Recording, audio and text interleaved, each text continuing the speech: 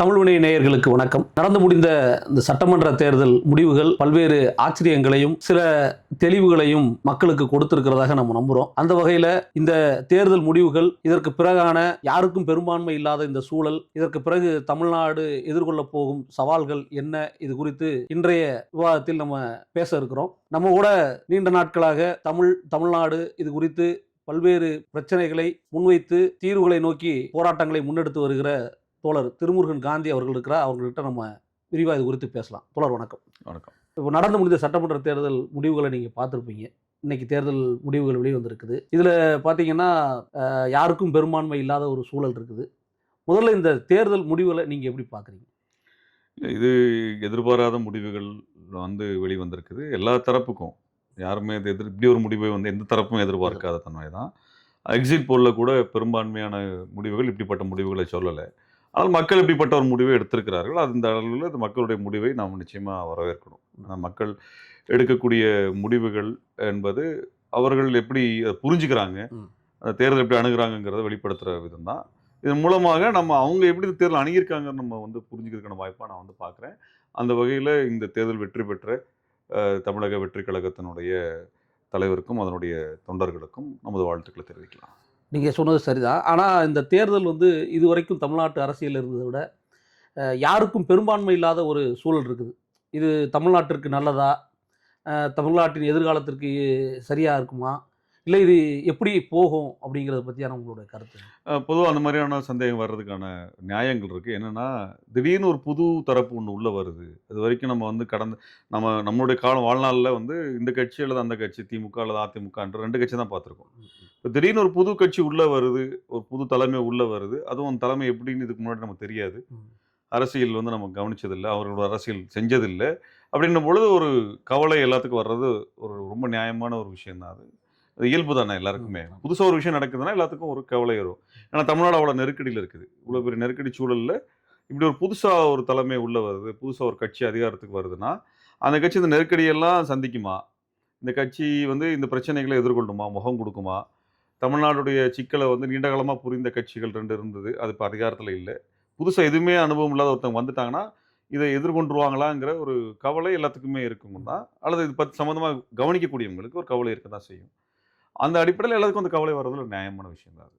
இல்லை, அது நியாயமான கவலை தான். ஆனாலும் என்ன ஆகுதுன்னா, ஒரு 50 வருட கட்சியான திமுக, 30 வருடங்களாக ஆட்சி செஞ்சுட்டு இருந்த அதிமுக, இவர்கள் எல்லாம் பெரும் பின்னடைவை சந்திச்சிருக்கிறாங்க. ஆமாம் ஆமாம். அப்போ இதில் தமிழ்நாட்டுடைய எதிர்காலமும் இருக்கு இல்லையா? அப்போ நம்ம அது குறித்து பேசி தானே ஆகணும். இப்போ சமூக மாற்றங்கள் பற்றி கவனத்தில் எடுக்க வேண்டிய தேவை இருக்குது. அதாவது என்னென்னா, புதுசாக என்ன மாறி இருக்குது அப்படிங்கிறத நம்ம பார்க்க வேண்டிய தேவை இருக்குது. தமிழ்நாடு அதனுடைய வரலாறு காலத்தில் பார்த்தோம்னா, இந்திய சுதந்திரத்துக்கு பின்னாடியான காலகட்டத்தில் தமிழ்நாடு ஏதோ கருத்தியலை வச்சு தான் தேர்தல் எதிர்கொண்டுட்டே இருந்திருக்கு. காங்கிரஸுக்கும் திமுகவுக்குமான ஒரு மோதல், அதற்கு முன்னாடி காங்கிரஸ் கம்யூனிஸ்ட் கட்சிக்கு, அப்புறம் திமுகவிற்கும் அதிமுகவிற்குமான கருத்து மோதல்கள், இப்படின்னு ஒரு கருத்து அடிப்படையில், கொள்கை அடிப்படையில், நிலைப்பாடு அடிப்படையில் ஒரு மோதல் போக்குகள் எப்போவுமே நடந்துகிட்டே இருந்திருக்குது. இப்போ அந்த ஒரு சூழல் அடிப்படையில் இப்போ வந்திருக்கக்கூடிய விஷயமும் எந்த கருத்தின் அடிப்படையில் நடக்க போகுது அப்படிங்கிற ஒரு கேள்வி வந்திருக்கு. இப்போ திமுக அதிமுக 2மே முதல் முறையாக எதிர்க்கட்சி அணியில் போய் உட்காந்துருக்குறாங்க.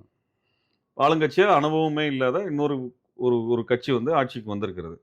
ஆனால் என்னென்னா, இதில் நம்ம ஒரு ஒற்றுமை என்ன பார்க்கணும்னா, திமுக அதிமுக 2மே திராவிடத்தை ஏற்றுக்கொண்ட கட்சிகள். திமுக திராவிடத்தினுடைய முதன்மை கட்சியாக இந்த கேள்வியோட நான் ஒன்று சேர்த்து கேட்டலான்னு நினைக்கிறேன். இப்போது தமிழக வெற்றி கழகத்தின் இந்த வெற்றியை வச்சுட்டு தமிழ்நாட்டில் திராவிடமே செத்து போச்சு அப்படின்னு சொல்லி குருமூர்த்தி போன்றவர்கள் பேசிட்டு இருக்கிறாங்க. அதுக்கு நீங்கள் சேர்த்து பதில் சொன்னால் சரியா இருக்கும். இல்லை இப்போ நீங்கள் திக திராவிட கழகத்திலிருந்து திமுக வந்தது, திராவிடத்தை அதை ஏற்றுக்கொண்டு அதை அடுத்த கட்ட அரசியலுக்காக, தேர்தல் அரசியலுக்காக அதை அடாப்ட் பண்ணாங்க. அதிமுக திமுகவிலேருந்து வெளியில் அதனுடைய அரசியலை திராவிடத்தை வேறொரு கோணத்துலேருந்து அணுகுனாங்க, நீர்த்து போன வடிவத்தில் அணுகுனாங்க. விஜய் அவர்கள் வரும்பொழுது அவர் என்ன சொன்னார், திராவிடம் தமிழ் தேசியம் 2ஐயும் ஏற்றுக்கணும்னு சொன்னாங்க. மே 14 நம்ம நீண்ட காலமாக திராவிடம் தமிழ் தேசியம் என்பதை ரொம்ப காலமாக பேசிட்டு வரோம். அதனாலேயே நம்மளுக்கு நிறைய நெருக்கடியை உருவாக்கி 2 பக்கமும் நம்ம நெருக்கடி வந்திருக்குது. திராவிடம் வேற தமிழ் தேசியம் வேறன்னு சொன்னாங்க. அப்படின்னு திராவிட எதிர்ப்பு பேசக்கூடிய நம்மளை மிகப்பெரிய ஒரு குற்றச்சாட்டுகளுக்கு திரும்ப அவதூறுகளுக்கு உள்ளாக்கணும். குற்றச்சாட்டெல்லாம் வச்சதில்லை. திராவிடத்தை ஏற்றுக்கொண்ட சில தோழர்கள், சில அமைப்புகள் என்ன பண்ணாங்க, நம்மளை முழுமையான திராவிட இயக்கமாக நாங்கள் பார்க்க முடியாது, தமிழ் தேசியம் பேசுகிறாங்கன்னு சொன்னாங்க. ஆனால் தமிழ் இனத்துக்கு இரண்டுமே ஒரு வளர்ச்சி போக்கூடிய அடுத்தடுத்த படிநிலை தான். அதான் நம்ம நீண்ட காலமாக பேசியிருக்கிறோம். விஜய் அந்த கட்சி ஆரம்பிக்கும் பொழுது அது ஒரு கொள்கை நிலைப்பாடாக அவர் முன் வச்சார். அவர் திராவிடம் தமிழ் தேசியம் என்ற கொள்கை நிலைப்பாடை வச்சாரே ஒழிய திராவிட எதிர்ப்பை வந்து அவங்க வைக்கல. பெரியார் சிலைக்கு வந்து மாலை போட்டு போனார் அவர். சரிங்களா? அப்போ இப்படிப்பட்ட ஒரு அரசியல். அப்புறம் மாவீரம் போற்றுதோம் சொல்லி மாவீர நாள்ல ஒரு கருத்தை வெளிப்படுத்தினார். அது எவ்வளவு ஆழமா இருக்கான்றது இந்த வரக்கூடிய சமயத்தில். ஆனால் பாரதிய ஜனதா கட்சி சொல்லக்கூடிய அரசியலை அல்லது சீமான் சொல்லக்கூடிய அரசியலை அவர் வந்து எடுத்துக்கல. பிராமண கடப்பாரை எடுத்துக்கொண்டு திராவிட கோட்டை இடிக்க போறேன்னு சொன்ன சீமான் அரசியல் தொற்று போயிருக்கிறது. பிராமண கடப்பாறையாக இருந்த பிஜேபியும் தொற்று போயிருக்கிறது. ரெண்டும் தொற்று போயிருக்கிறது. அப்ப இது ரெண்டுக்கும் வந்து இங்க இடம் இல்லைங்கிறத நிறுவனம் இந்த தேர்தல் தெளிவா ஒண்ணு சொல்லுது. ஆரிய அரசியலுக்கோ அல்லது திராவிட எதிர்ப்பு அரசியலுக்கோ இங்க இடம் இல்லை என்பதை சொல்லியிருக்குது. அதுதான் வந்து இந்த தேர்தலில் வந்து நம்ம புரிஞ்சுக்கணும். ஏன்னா திராவிடத்தை விஜய் மறுத்திருந்து இந்த தேர்தல் வெற்றி பெற்றிருந்தாருன்னா குருமூர்த்தி சொல்றதையோ மற்றவங்க சொல்றதை நம்ம வந்து பார்த்துக்க முடியும். பாஜக என்ன நிலைமையில் இருந்தது? பாஜக 40 தொகுதிகளில் தாமரை சின்னத்தில் போட்டிக்கிட்டது. அதனோட கூட்டணி கட்சிகள்லாம் இணைச்சு கொண்டு தன்னுடைய சின்னம் பெரிய அளவுக்கு வெற்றி பெறணும்னு சொல்லிட்டு 40 தொகுதியில் போட்டிட்டு ஒரு தொகுதியில் வெற்றி பெற்றிருக்கிறாங்க. இதுக்கு முன்னாடி 5 தொகுதியில் வெற்றி பெற்றிருந்தாங்க. அன்றைக்கு வந்து இத்தனைக்கும் அதிமுக எதிர்ப்பு அலை இருந்தது, பாஜக எதிர்ப்பு அலை இருந்த பொழுது 4 தொகுதியில் வெற்றி பெற்றாங்க இல்லையா? இன்றைக்கு வந்து அது கிடையாது. இன்னைக்கு ஒரு தொகுதியில தான் வந்து பாரதிய ஜனதா கட்சி வெற்றி பெற்றிருக்கு. உண்மையாலுமே வீழ்த்தப்பட்டது பாரதிய ஜனதா கட்சி தான். முற்றிலுமாக துடை தெரியப்படக்கூடிய இடத்தை அடைந்தது பாரதிய ஜனதா கட்சி. பிராமண கடப்பாறையை தூக்குன ஒரு பாவம் கடப்பாறையும் காணாம போச்சு, அவரும் சீமானும் காணாம போயிட்டாரு. அவர் மிகப்பெரிய அளவுக்கு வாக்கு சதவீதத்தை இழந்திருக்கிறாரு. அவரே டெபாசிட் வாங்கல. இத்தனையும் காங்கிரஸுக்கு எதிராக. முக்கியமான விஷயமே காங்கிரஸ் தான் எங்க வைர எதிரின்னு சொல்லி நாங்க தான் காங்கிரஸ் வீழ்த்தணும்னு பேசின சீமான் காங்கிரஸும் தொற்று போயிருக்கிறார். அப்ப ஈழ அரசியலுக்கு அவர் செய்த துரோகம் வந்து வெளிப்பட்டிருக்கு. இதே காரைக்குடியில் 2009 ஈழப்படுகொலை நடந்த சமயத்தில் அன்றைக்கு ஒன்றிய அமைச்சராக இருந்த காங்கிரசினுடைய சிதம்பரத்துக்கு எதிராக பிரச்சாரம் செய்து அவரை வந்து ஒரு நெருக்கடிக்குள்ளாக்கணும். அன்றைக்கு வந்து இந்த திராவிட எதிர்ப்பையோ பெரியார் எதிர்ப்பையோ சீமான் பேசல. இன்னைக்கு திராவிட எதிர்ப்பையும் பெரியார் எதிர்ப்பையும் பேசி இன்றைக்கு எந்த காரைக்குடியில வந்து காங்கிரஸ் நெருக்கடியை கொடுத்தோமோ கிட்டத்தட்ட தோல்வியை சந்தித்தார்களோ அதே இடத்துல இவர் தோற்று இருக்கிறார். இந்த துயரம் வந்து நடந்திருக்கு. வரலாற்று முரணை வந்து நம்ம பார்க்கணும் அதில். அப்போ இந்த இந்த இந்த இடத்துல திராவிடம் தமிழ் தேசம் என்ற சொல்லாடலை மக்கள் நிராகரிக்கல. மற்ற விஷயங்களை வேணா விவாதிக்கலாமே ஒழிய இந்த கொள்கை திட்டங்களை நிராகரித்து இதில் கூட குறைதல் இருக்கலாம். ஆனால் திராவிடத்தையும் தமிழ் தேசியத்தை நிராகரித்து தமிழ்நாட்டில் அரசியல் கிடையாது என்பதை தான் நம்ம புரிஞ்சுக்க முடியும். நீங்க சொல்றது சரிதான். இப்போ அப்படின்னா ஏன் ஒரு 50 ஆண்டு கால கட்சி, ஒரு 30 ஆண்டு கால ஆட்சியில் இருந்த அதிமுகவோ சரி, ஒரு 50 ஆண்டு காலமாக கட்சி நடத்தக்கூடிய திமுகவும் சரி, இவ்வளவு பெரிய பின்னடைவு சந்திக்க வேண்டிய தேவை காரணம் என்னவா இருக்கும்? இல்லை, இது வந்து ரொம்ப இன்னும் நம்ம இந்த ஏன் கேட்குறேன்னா, சமீப காலம் வரைக்கும், அதாவது தேர்தல் முடிஞ்சு எக்ஸிட் போல் வரைக்குமே திமுக தான் வெற்றி பெறும் அப்படின்னு தான் சொல்லிட்டு இருந்தாங்க. யாருமே வந்து தாவேக்கா வந்து இவ்வளோ பெரிய ஒரு ஒரு மேசிவா ஜெயிப்பாங்க அப்படின்னு யாரும் சொல்லலை. அப்போ அந்த இடத்துல இருந்து ஒரு தலைகீழ் மாற்றமாக நடந்திருக்குது அப்படிங்கிறது என்ன காரணம்? இல்லை, இப்போ இன்னும் முடிவுக்கு முழுசாக வரல, இன்னும் அறிவிச்சு முடியல. நம்ம பெரும்பான்மையை நம்ம பார்த்துட்டோம், யார் இறுதியான ஒரு இடத்துக்கு வந்துட்டாங்கிறத பார்த்துட்டோம்.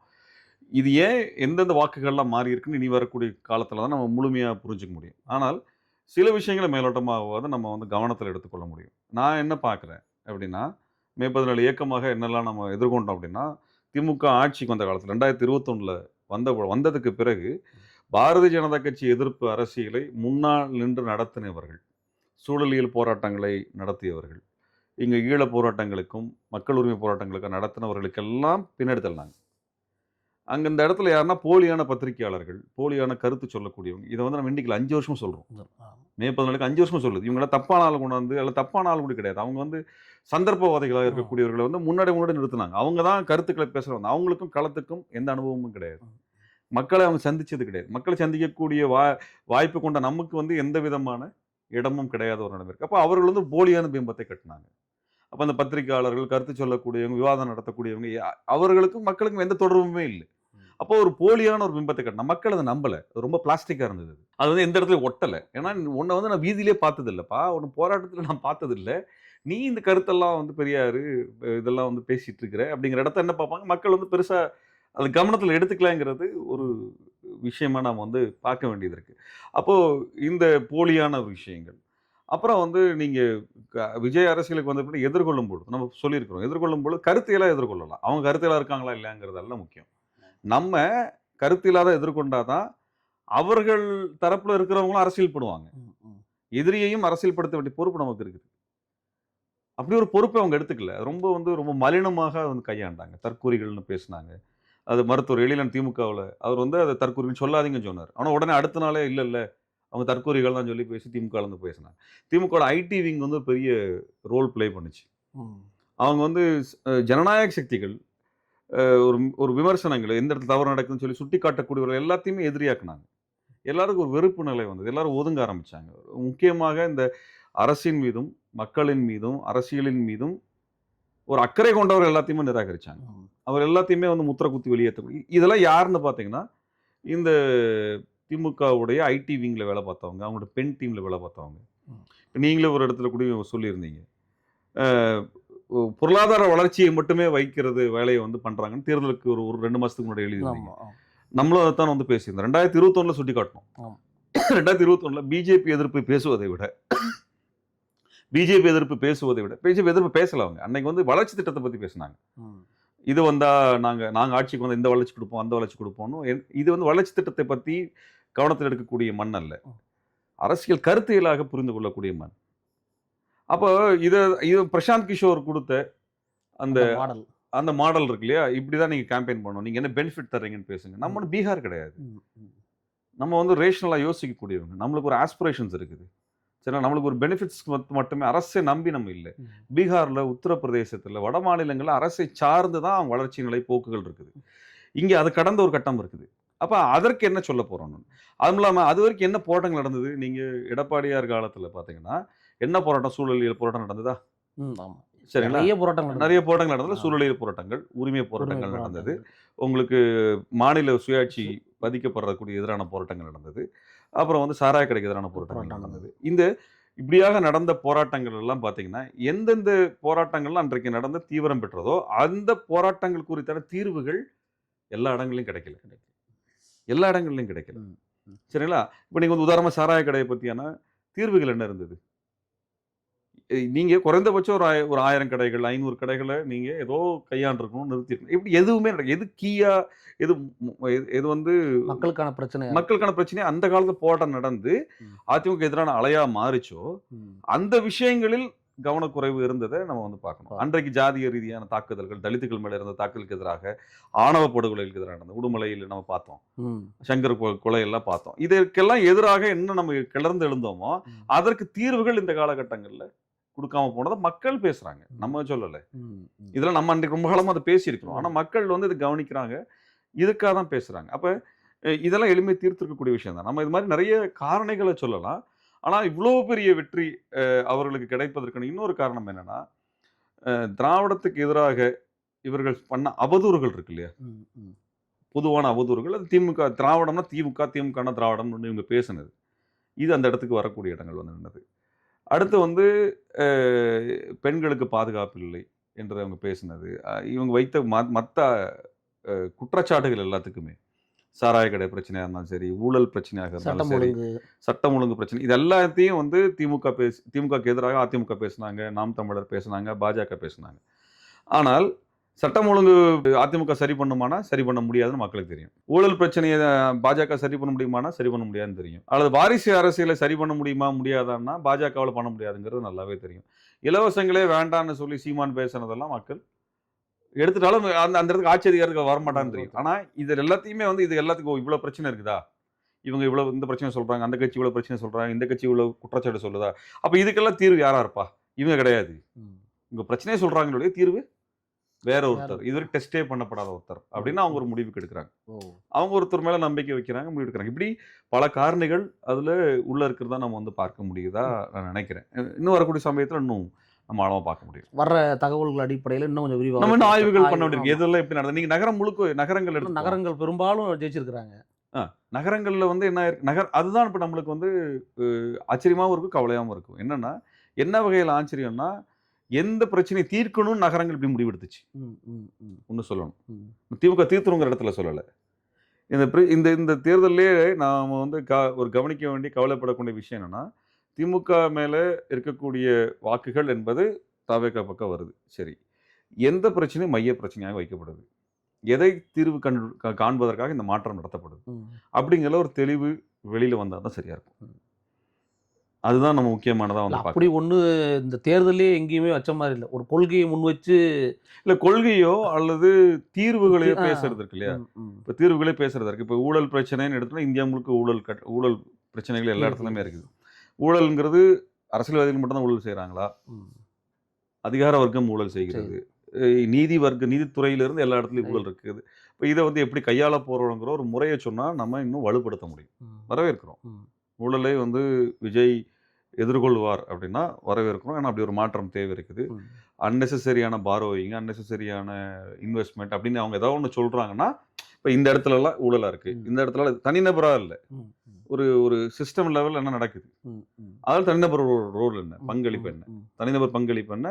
ஒரு கட்டமைப்போட பங்களிப்பு என்னவா இருக்குங்கிறத பொறுத்து ஒண்ணு சொன்னாங்கன்னா, ம். அதுல நம்ம எல்லாருமே சேர்ந்து வேலை செய்யலாம். இப்ப நம்ம என்ன சொல்றோம்னா, ஒரு புது மாற்றம் வரும் எல்லாத்தையும் எதிரியா நம்ம பார்க்கணுங்கிற இடம் இல்ல. மாநில கட்சி ஜெயிச்சிருக்கு. ம். நம்ம நம்ம அந்த வகையில வந்து நம்ம எப்பவுமே சொல்லக்கூடிய மே 12 சொல்றோம். மாநில கட்சி வரட்டும். பிஜேபி வரக்கூடாது. ம். காங்கிரஸ் கட்சிய பத்தி எங்களுக்கு கவலையே கிடையாது. அது வரக்கூடாது. அது மாதிரி தான் நடந்திருக்கு. பிஜேபி கிட்டத்தட்ட காங்கிரஸ நிச்சயமா நம்ம வந்து தூக்கி எறிஞ்சாச்சு. தமிழர்கள் இன்னைக்கு தூக்கி எறிஞ்சுட்டாங்க. பிஜேபி தூக்கி எறிஞ்சுட்டாங்க. மாநில கட்சி வெற்றி பெற்றாலும் நம்மளுக்கு எந்த விதமான ஏன்னா வருத்தமும் கிடையாது, கவலையும் கிடையாது. நம்மளுக்கு அதை வரவேற்கிறோம். ம். இப்ப மாநில கட்சி இப்படி ஒரு ஆக்கப்பூர்வமான திட்டத்தை முன்வைக்கட்டும். ம். முன் வைப்பாங்க அப்படின்னு நம்ம எதிர்கொள்ளலாம், எதிர்பார்க்கலாம். அப்படின்னு வைக்கும் பொழுது அதற்காக சேர்ந்து எல்லாருமே வேலை செய்ய முடியும். நம்மளுக்கு தேவை எண்ட் ஆஃப் த டேன்னு சொல்லுவாங்கல்ல. கடைசியில என்ன? மக்கள் நல்லா இருக்கணும். ம். மக்களுக்கு ஒரு நல்லது நடக்கணும். அதற்கான சூழல் என்னவோ அத நம்ம உருவாக்கணுங்கிற இடம் தான் நம்ம பார்க்க முடியும். கரெக்ட்டு தான். பட் இப்போ மக்களுக்கு தேவையானது இவங்க செய்வாங்களா? செய்யணும் அப்படிங்கிறது நீங்க ஒரு விருப்பமா சொல்றீங்க. ஆனா அவங்களுக்கும் பெரும்பான்மை கிடைக்கல இல்லையா? இத யாருனாலும் பயன்படுத்திக்க முடியல. நாளைக்கு இவங்க ஆட்சி அமைக்கணும். ஒருவேள தமிழக வெற்றிக் கழகம் வந்து விஜய் அவர்கள் வந்து ஆட்சி அமைக்கணும் அப்படின்னா, அவங்களுக்கு பெரும்பான்மைக்கு வேணும். அவங்களுக்கு சப்போர்ட் பண்றதுக்கு ஆள் வேணும். அந்த சமயத்துல திரும்ப பிஜேபியோ வேற ஏதோ சக்திகளோட போயிருவாங்களா? இல்ல அந்த கவலை எல்லாத்துக்கும் இருக்குது. அந்த அ. கவலை அத தடுக்க வேண்டிய பொறுப்பு நம்ம எல்லாத்துக்கும் இருக்கிறத நான் பார்க்குறேன். இப்ப பாஜக வந்து கண்டிப்பா பின்வாசல் வழியா வேலை பார்ப்பாங்க. ம். அது அப்படிப்பட்ட கட்சி தான். அது யோக்கியமான கட்சி கிடையாது. நாளைக்கு தவேகாவ முற்றிலுமாக சீரழித்து உடைத்தெறிந்து விட்டு அந்த இடத்த மறுபடியும் பாஜக கைப்பற்றுவதற்கு முயற்சி பண்ணுவாங்க. அவங்க வந்து அந்த அதிகாரத்த கைப்பற்ற வரைக்கும் ஓய மாட்டாங்க. ஆமா. அப்படி ஒரு வேலைய அவங்க செய்வாங்க. அப்படி ஒண்ணு நடக்காம தடுக்க வேண்டிய பொறுப்பு தவேகாக்கு மட்டும் நம்ம அல்ல, நமக்கும் இருக்கிறது. ம். 2 பேருமே தான் அத வந்து பார்க்க வேண்டியிருக்கு. செக் அண்ட் பேலன்ஸ்ங்கிற இடத்துல, அப்படியான ஒரு இடத்த நோக்கி தவேகா நகரும் என்றால் கடுமையான எதிர்ப்பை தமிழ்நாட்டில எதிர்கொள்ளும். ம். ம். அப்படி வந்து அவங்க வந்து 2வது விஷயம் வந்து, இவங்களுக்கு இதுவரைக்கும் முன் அனுபவம் இல்ல அப்படிங்கிறப்போ, அதிகாரிகள் அரச நடத்துவாங்க. ம். நடத்துறதுக்கான வாய்ப்புகள் அதிகமா இருக்கு. ஏன்னா திமுக ஆட்சியில நம்ம அத வந்து சொல்லிட்டே இருந்தோம். ம். அதிகாரிகள் தான் முடிவெடுக்கிறாங்க அப்படிங்கிறத சொல்லிட்டு இருந்தோம். பியூரோக்ராட்டிக்கல் டிசிஷன்ஸ் இருக்குங்கிறத நம்ம சொல்லிட்டு இருந்தோம். ம். ம். அனகாபுத்தூர் வீடு இடிப்பப்பலாம் வந்து நம்ம ஆமா. பேசணும். இப்ப அனகாபுத்தூர் வீடு இடிக்கும் பொழுது நம்ம வந்து தவேக்கு ஆதரவு தரல. ம். ம். ஆமா. அந்த நம்ம தடுத்த போராட்டத்துக்கு அவங்க ஆதரவு எல்லாம் ஒண்ணும் வரல. அ தரல. மாஞ்சோலை போராட்டத்துக்கும் அவங்க ஒண்ணும் ஆதரவு வரல. தரல. மீனவர் போராட்டத்துக்கும் ஆதரவு தரல. அதெல்லாம் இருக்கட்டும்.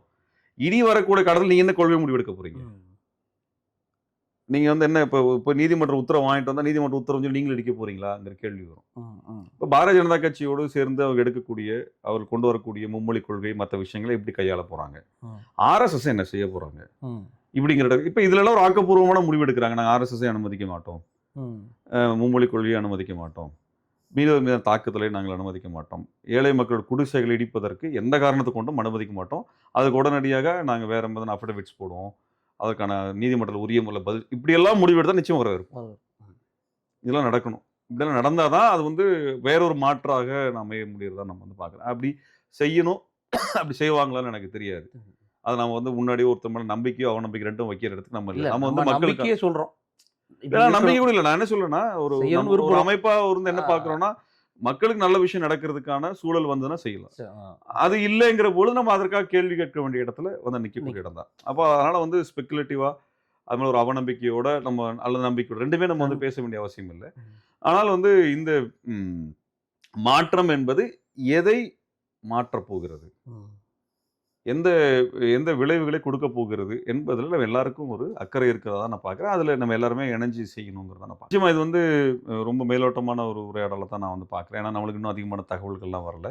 திமுக ஏன் அந்த தோல்வியை தழுவியது? அதுக்கான காரணிகள் என்ன? அதிமுக எந்த விதமான எதிர்க்கட்சி வேலையும் செய்யல. அதனால அதே இடத்துல அவங்க நின்னுட்டு ம். இருக்கிறாங்க.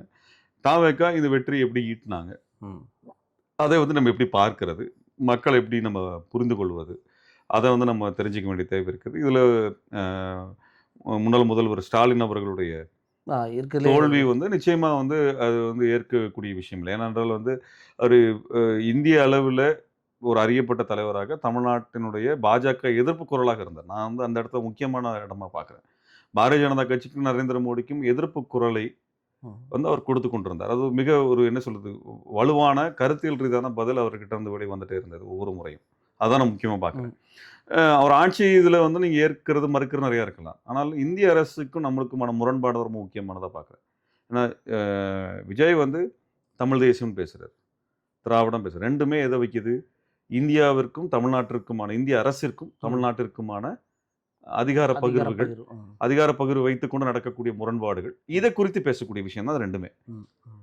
அப்படி இருக்கக்கூடிய இடத்துல அவர் 2 கருத்த பேசியிருக்காருன்னா, இது குறித்து தீவிரமான நிலைப்பாட எடுத்து பேசியவர் ஸ்டாலின். திரு ஸ்டாலின் அவர்கள். சரிங்களா? அப்போ அவர் பேசின அந்த அரசியலை தாண்டி ஒரு படி மேல பேச வேண்டிய கடமை அவருக்கு இருக்கு. ம்.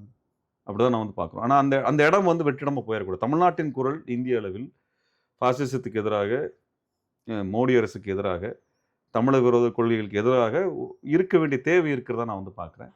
அப்படியான ஒரு குரல் வந்து ஒரு தோல்வியாக இங்க வர்றதுன்றது நிச்சயமா அது வந்து ஒரு பெரிய பின்னடைவா நான் பார்க்குறேன். ம். அது வந்து ஒரு தப்பான மெசேஜ் இந்தியா குடுத்துறக்கூடாது. மோடி அரசு குடுத்துறக்கூடாது. நீ யார் தமிழ்நாடுல வந்தாலும் குரல் வரும் அப்படிங்கிற ஏன்னா எடப்பாடி தரல. ம். அதனால தான் அவர் வந்து நம்ம எல்லாருமே எதிர்த்து நின்னு போராட்டம் நடத்தணும். அவர் உள்ளுக்குள்ள நடந்த ஆட்சிக்காக இல்ல. ம். பிஜேபியோட சேர்ந்ததுக்காக தான் போராட்டம் நடத்தணும். ம். அப்ப அதனால தாவேகா வந்து அப்படியான ஒரு நீங்க திரு ஸ்டாலின் அவர்கள் கொடுத்த அந்த குரலை விட வலிமையான குரலை கொடுக்க முடியல அப்படின்னா, அதுல தோல்வியா தான் நான் பார்ப்பேன். நிச்சயமா அதெல்லாம் நமக்கு சமரசம்லாம் கிடையாது. நீங்க வந்து டெல்லி அரசை எதிர்த்து நின்னு சண்டை போடுவதற்கான துணிவு தமிழ்நாட்டுக்கு என்றைக்கும் இருந்திருக்கிறது. அது அந்த மாநிலத்து காலத்துல உரிமை. இந்த மாநில உரிமைகள்ங்கிற இடத்துல பேசல, எந்த இடத்துல நம்ம வந்து விட்டு குடுத்ததே கிடையாது. எந்த கட்சியாக இருந்தாலும் சரி, தமிழ்நாட்டு மக்கள் போராட்டம் நடத்தியிருக்காங்க. அதத்தான் கட்சிகள் வெளிப்படுத்தி இருக்கின்றன. அந்த மாதிரியான ஒன்று பாஜகவை நிராகரித்து உங்களுக்கு வந்து வாக்களித்திருக்கிறாங்க. ம். அப்ப இன்னும் தீவிரமான ஒரு எதிர்ப்பை நீங்கள் வெளிப்படுத்த வேண்டும் என்று தமிழ்நாடு எதிர்பார்க்கிறது. இந்திய அளவுல அந்த குரல் எதிரொலிக்க வேண்டும். அப்படி அந்த குரல் எதிரொலிக்கிறாரா இல்லையான்றத நம்ம பார்ப்போம். பார்க்கலாம். உங்களோடு சேர்ந்து நம்மளும் நிச்சயமா கவனிப்போம். ஆவலோடு பார்ப்போம். தமிழ்நாட்டின் குரலாக அ அவங்க ஒலிப்பாங்களா? எப்படி செயல்பட போறாங்க என்பத அவங்களுடைய செயல்பாடுகளிலிருந்து நம்ம அடுத்தடுத்து நிச்சயமா, விவாதிப்போம். நிச்சயமா. நன்றி. நன்றி, நன்றி.